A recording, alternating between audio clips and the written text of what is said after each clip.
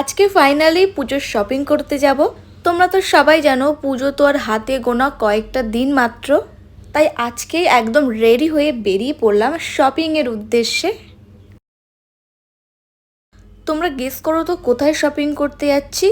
Obviously জুডিওতে। বারবার আসি ঠিকই জুডিওতে, কিন্তু ঠিক মতো পছন্দ হয় না, আবার বাড়ি ফিরে যাই। যাই হোক, এখানে মোটামুটি কালেকশন ছিল, খুব ভালো এমনটাও নয়, আবার যে খুব বাজে এমনটাও নয়।